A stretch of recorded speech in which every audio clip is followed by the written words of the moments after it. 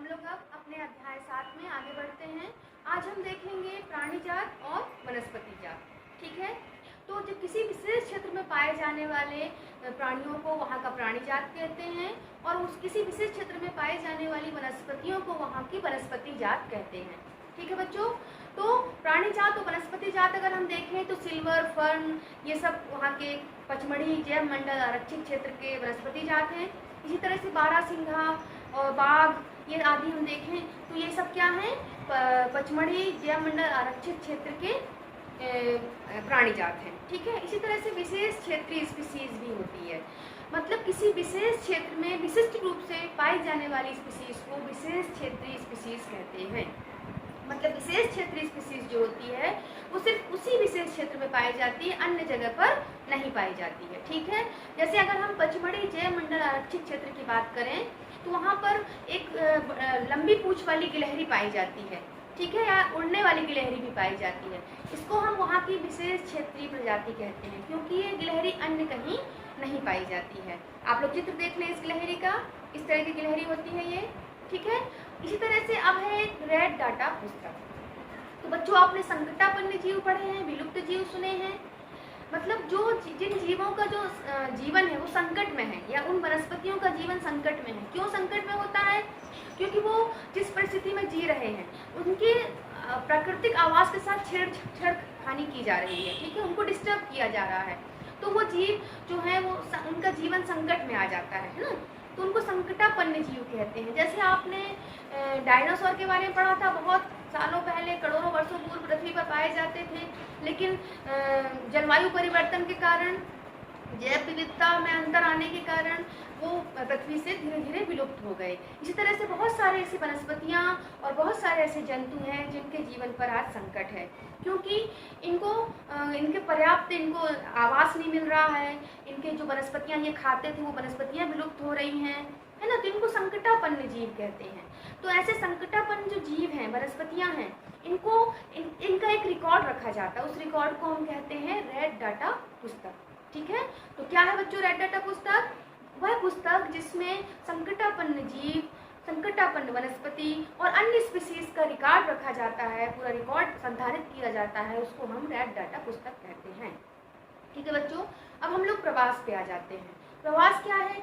बहुत सारे पक्षी होते हैं जो ठंडे प्रदेशों में, साइबेरिया वगैरह में होते हैं, है ना, तो जलवायु परिवर्तन के कारण वहाँ पर ठंड के मौसम में बहुत ज़्यादा सर्दी होती है और जीव वहाँ पर सर्वाइव नहीं कर पाते हैं, उनको वहाँ पर जीवन को संकट आ जाता है। तो ऐसे पक्षी बहुत लंबी यात्रा करके, है ना, और अन्य दूसरे देशों में जाते हैं अपने जीवन यापन के लिए, मुख्य रूप से अपनी संतान उत्पन्न करने के लिए, संतति को जन्म देने के लिए अन्य देश में जाते हैं। जैसे साइबेरियन क्रेन हमारे यहाँ बहुत अधिक मात्रा में आते हैं, भरतपुर राजस्थान में बहुत सारे हमारे यहाँ प्रवासी पक्षी आते हैं, है ना। तो ऐसे पक्षी जो बहुत दूर दराज से बहुत लंबी यात्रा करके अन्य देशों से उड़ करके किसी ऐसे देश में जाते हैं जहाँ पर उनको जीवन के लिए उपयुक्त अनुकूल परिस्थितियाँ मिल जाएं और उनको प्रजनन के लिए भी उपयुक्त परिस्थितियाँ मिल जाएं, तो वहाँ पर आकर के वो अपने बच्चे देते हैं। जब बच्चे थोड़े बड़े हो जाते हैं और उनके देश की जो जलवायु है वो उनके अनुकूल हो जाती है, तो वापस उड़ करके वो पक्षी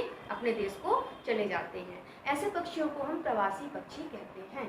ठीक है बच्चों, अब आगे हमारा एक टॉपिक है कागज का पुनः चक्रीकरण। ठीक है, तो जो कागज है आप जानते हैं बच्चों, कागज वृक्षों से बनाया जाता है।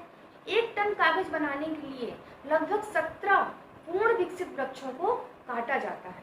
बताइए कितनी बड़ी विडंबना है कि 1 टन कागज के निर्माण के लिए 17 पूर्ण विकसित वृक्षों को काटा जाता है। साथ ही बहुत ज़्यादा टनों पानी लगता है, ऊर्जा बहुत ज़्यादा लगती है और बहुत सारे जो केमिकल्स हैं, रसायन हैं जो खतरनाक हैं हमारे लिए, उनको भी कागज बनाने की उस जो विधि है उसमें डाला जाता है। ठीक है, तो कागज का पुनः चक्रण करके हम क्या कर सकते हैं, इस अमूल्य कागज को बचा सकते हैं। क्योंकि कागज को अगर हम बचा रहे हैं तो कहीं ना कहीं हम किसको बचा रहे हैं, हम अपने वनों को बचा रहे हैं, हम वनों के द्वारा अपने वन्य जीवों को बचा रहे हैं और अपरोक्ष रूप से हम अपने स्वयं के जीवन को भी बचा रहे हैं बच्चों।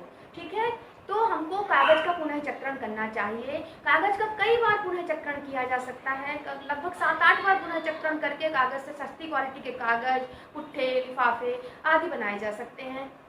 और हमको प्रयास करना चाहिए कि हम कम से कम कागज़ का उपयोग करें, है ना। कॉपी में अगर कोई जगह खाली है तो उसमें हम लिख लें, दोनों तरफ पन्ने में लिखें। और जो पिछले साल की कॉपियाँ बच जाती हैं उसमें जो पन्ने खाली होते हैं पीछे, उनमें हम इस साल का रफ वर्क कर लें, अपना रफ कार्य कर लें। इस तरह से हम कागज़ की बचत कर सकते हैं।